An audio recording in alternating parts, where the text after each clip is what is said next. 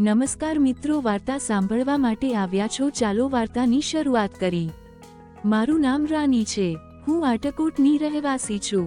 હું 20 વર્ષની હતી। તે સમયે હું મારા જીજાજીના ઘરે ગઈ હતી કારણ કે તે સમયે તેમના ઘરે કોઈ ન હતું। માર જીજાજીના ભાભીએ બાળકને જન્મ આપ્યો હોવાથી બહેન જીજાજી અને બાળકો ગામ જવાના હતા। જીજાજીના પિતા નોકરી કરતા હતા।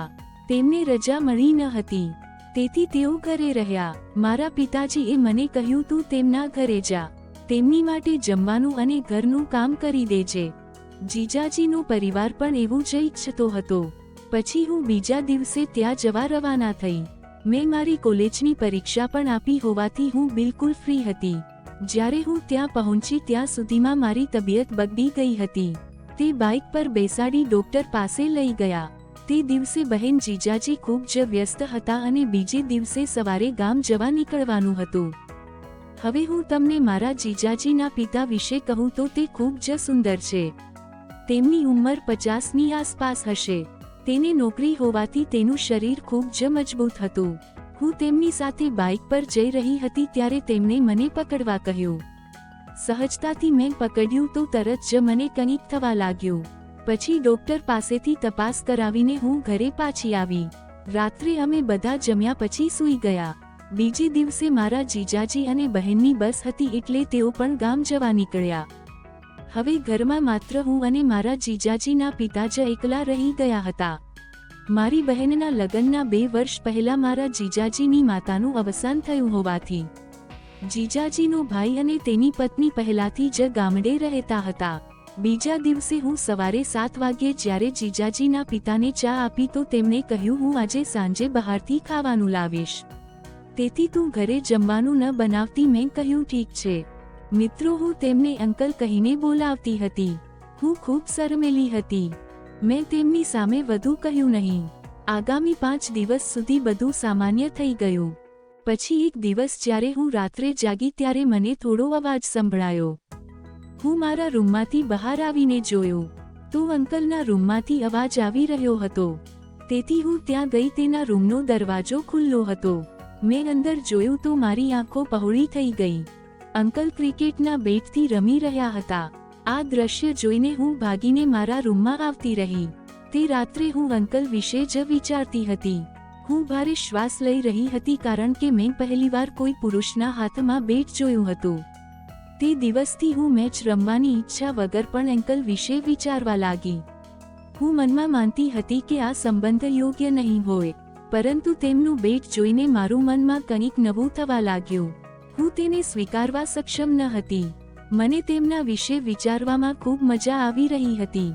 6 દિવસ આમ જ વીતી ગયા।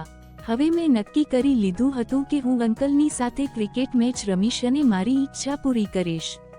આખરે તેમને પણ મેચ રમવા માટે એક મેદાનની જરૂર હતી।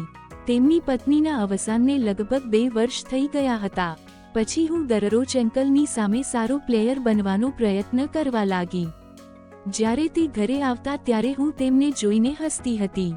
મેં ફરવા માટે કહ્યું તો તે મને તેમની સાથે બાઇક પર લઈ જતા। એક રાત્રે જ્યારે તે ઘરે આવ્યા ત્યારે તેમણે કહ્યું, હું ખૂબ થાકી ગયો છું, હું જલ્દી સ્નાન કરી લઉં અને પછી થોડો સમય આરામ કરીશ। મેં હા પાડી અને ચૂપ રહી। સ્નાન કરીને અંકલ તેમના રૂમમાં ગયા। હું જાણી જોઈને તેલની બોટલ લઈને માલિશ કરવા ગઈ। તેમણે મને પૂછ્યું, શું થયું? મેં કહ્યું, તમે થાકેલા છો, હું તમને માલિશ કરી દઉં, તમને રાહત મળશે। તે ના પાડી રહ્યા હતા, પરંતુ જ્યારે મેં આગ્રહ કર્યો ત્યારે માની ગયા।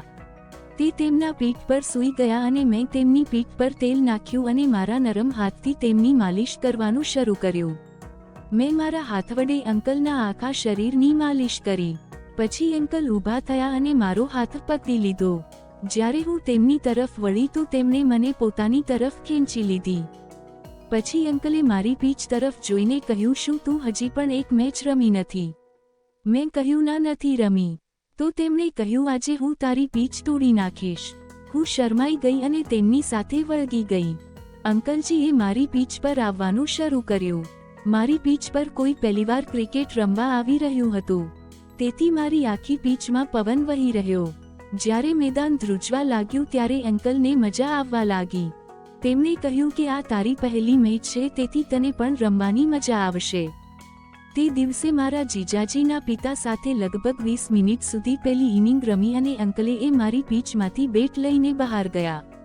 હું પણ ઊભી થઈ ગઈ.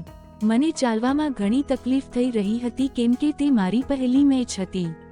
પછી તે મારી બાજુમાં આવ્યા અને થોડા સમય પછી અમે બંને બીજી ઇનિંગ રમવા માટે તૈયાર થઈ ગયા. તેથી અંકલે મને ફરીથી ક્રિકેટ રમાડી. તે દિવસે અમે બંનેએ લગભગ 5 ઇનિંગ રમ્યા અને અલગ અલગ પ્રકારની પ્રેક્ટિસ કરાવતા હતા. આવી જ વાર્તા સાંભળવા માટે ચેનલને સબસ્ક્રાઇબ કરજો દોસ્તો. ધન્યવાદ.